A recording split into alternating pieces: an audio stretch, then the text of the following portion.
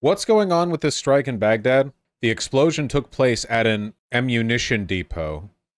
Oh god, did they do it? Was somebody smoking? US officials tell people, guys, don't link me Faye Tuck's news triangle for like breaking Middle Eastern conflict news, okay? That's Delta. I'm American. Huge blast reported military base in Baghdad. One person dead after HQ of the pro-Iranian Popular Mobilization Forces in Iraq was struck by airstrike. Okay, so here the implication is that it was like a miss by Israel. How hit a pro-Iranian military base? Wait, I'm sorry. Is this explosion not at an Iraqi military base? What? Oh, the PMF. Oh, gotcha. Okay, sorry. I was reading to see cause. They said military base south of Baghdad. I didn't even think to check if it was the PMF.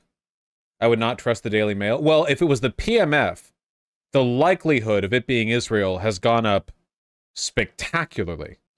Statement from the PMF. Nothing useful there. Following explosion at PMF base south of Baghdad, U.S. official seems to me no U.S. military activity in the area. Senior Iraqi official tells me the explosion is believed to have been caused by an Israeli airstrike. Yeah, I mean, if it was the PMF, yeah, it might have been.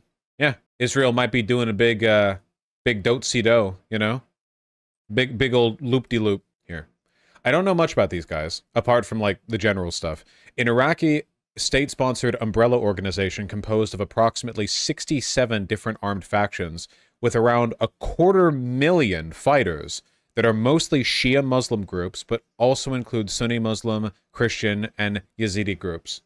Yeah. They're popular? Yeah. Well, it is in the name. That's true. Kind of a busy flag. I think it looks nice. Yeah, so my basic understanding of these guys, right, is that for a long time in Iraq, the Shia majority population has been treated quite poorly, and that's one of the reasons why Iran and Iraq historically had pretty negative relationship with each other. And after the fall of Saddam Hussein's government, the Shia majority in Iraq got louder and louder, and because Iran is the Shia country, you know, a lot of them get like sponsors from the Iranian government. They get their weapons, and they operate basically as like a separate military in Iraq that's basically controlled by Iran. And I don't think Iraq can do anything about it, so they just like sanction it, you know? Like I'm pretty sure that if Iraq tried to crack down on the Popular Mobilization Forces, they would just lose. So it's almost like another like Hezbollah situation with Lebanon, where like Hezbollah doesn't officially represent Lebanon, you know? It's an Islamist militia like in the south of the country, but if Lebanon tried to really crack down on Hezbollah, they would lose. You know, the PMF came about due to ISIS rising and Iraq needing more men to fight them, so Iran funded a bunch of militias to gain influence in Iraq. That was, dude, oh my god, man. Why can't we just let Iran have all of Iran has their hands in like 50 pies. It's like every country, it's like, yep, oh, Iranian-backed militia. It's always Iran.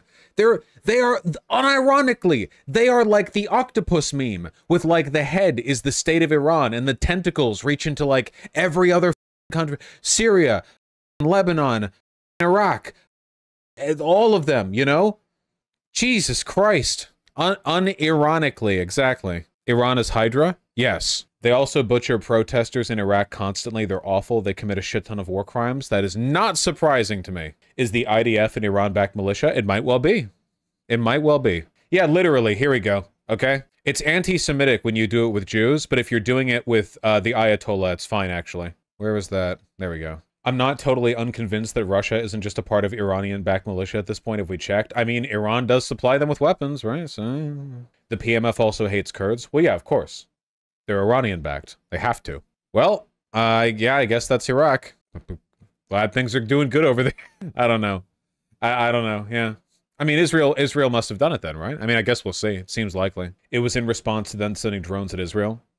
Iraqi militias, the Iraqi resistance, issue a statement claiming responsibility for talking of the Arabic. Yeah. So, gotta get them too. I mean, whatever, right? At least that's a military target. I'm not gonna shed too many tears for the Shiite, like, you know, third wing Iranian-backed Islamist Iraqi group that commits war crimes. The U.S. was the only country to veto a resolution to make Palestine a full member of the UN. Well, not the whole UN, the Security Council. 12 members voted in favor, 2 countries, the UK and Switzerland, abstained, the US vetoed it. Nice! That rocks. Hey, do you guys want to get a little more of a broken record response from Israel? Israel's foreign minister, Israel Katz, praised the US for vetoing what he called a shameful proposal.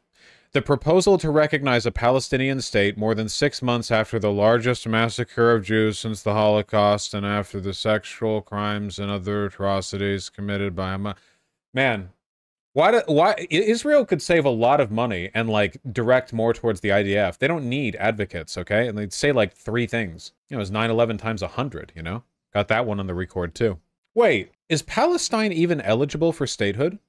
Aren't one of the qualifiers for being elevated to proper statehood by the United Nations that you can't have like an ongoing territorial dispute and you have to have actual like control of that's NATO?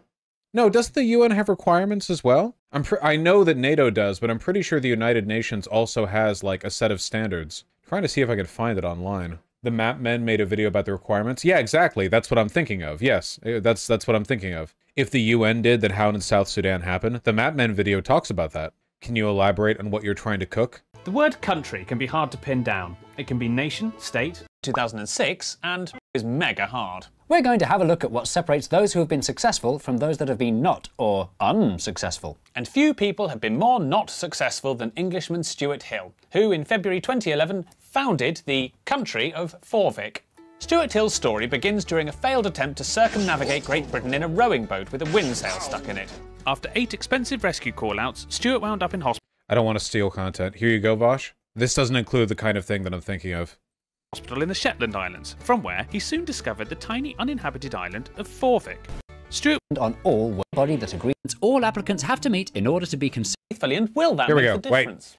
The UN have a strict set of requirements all applicants have to meet in order to be considered. The first. Oh, hold on. Wait. This is for declaring sovereign independence, but that isn't the same as what Palestine is doing, right? Because the question isn't whether or not Palestine is declaring sovereign independence, it's whether or not it's like a formal country of itself. There's already an entity named Palestine that people like talk about and consider. Maybe those are like technically different, I'm not sure. Set of requirements all applicants have to meet in order to be considered. The first of which is... Do you have a historical connection to the land? Is this where... Well, Palestinians do. Stuart, an English native territory, 2000 disputable evidence based on a and rightful owner. In the UN, the USA, watch the video. Civil war, Somaliland once again declared independence in 1991.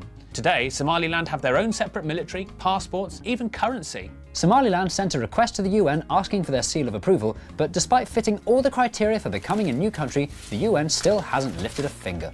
It doesn't help that other African nations refuse to acknowledge Somaliland's independence. Countries like Mali and Morocco, with separatist movements of their own, are terrified of an independence domino effect. So Somaliland remains in limbo as an autonomous region of Somalia. Despite its clearly enforced border, Google Maps doesn't even bother with a dotted line, let alone a solid one. Why is it so hard to get the attention of the UN? How come Somaliland didn't manage it, but South Sudan did? South Sudan successfully became the world's newest proper recognised by the UN country in July 2011. Exactly like Somaliland, they had a historical claim to their land, fought a civil war, and were just as politically obscure in the eyes of the world's richest countries. So what was that final missing piece that made the UN pay attention? Hello, I'm George Clooney. There we go. So that's how they explain the South Sudan bit. All right. So if only Palestine had hired George Clooney. Nice. The bit went a little off the rails, I think. It always does. It always does. Vaush has said it before, but it's fascinating how the West, throughout the entire liberal world order, all of it out the window just to support Israel. Yeah, I mean, the idea of like international rules-based geopolitics is kind of done, to be honest. Like, what's gone on in Israel is so flagrant. And the thing is, like, it's not that what's going on with the Palestinians is like the worst thing ever, like in the history of the, like, many bad things have happened that have been like violations of international order, but the persistence and willful irrationality of America in particular, you know, the world power, in defending it, right? Like, America wasn't out there at the UN every day defending, you know, like the Rwandan genocide or whatever, right? Like, it's not like it was out there staking its reputation on the defense of what was going on there. So, yeah, I don't know. And we're probably going to see a lot more wacky behavior internationally as the years go on. Ethiopia starved 500,000 people to death in Tigray in the past 2 years, and literally no one cares them out. Yeah, exactly. Yeah, we saw that, Viathan, yeah. And it's not good, folks. It's not good, you know? The international rules-based order is... Well, it's always been a lie to some extent, but it is still better that people believe in this lie than it is that people just sort of, like, callously disregard it, you know? The pretense of civility actually is, a matter of fact, a good thing when it comes to, you know, nations engaging with one another.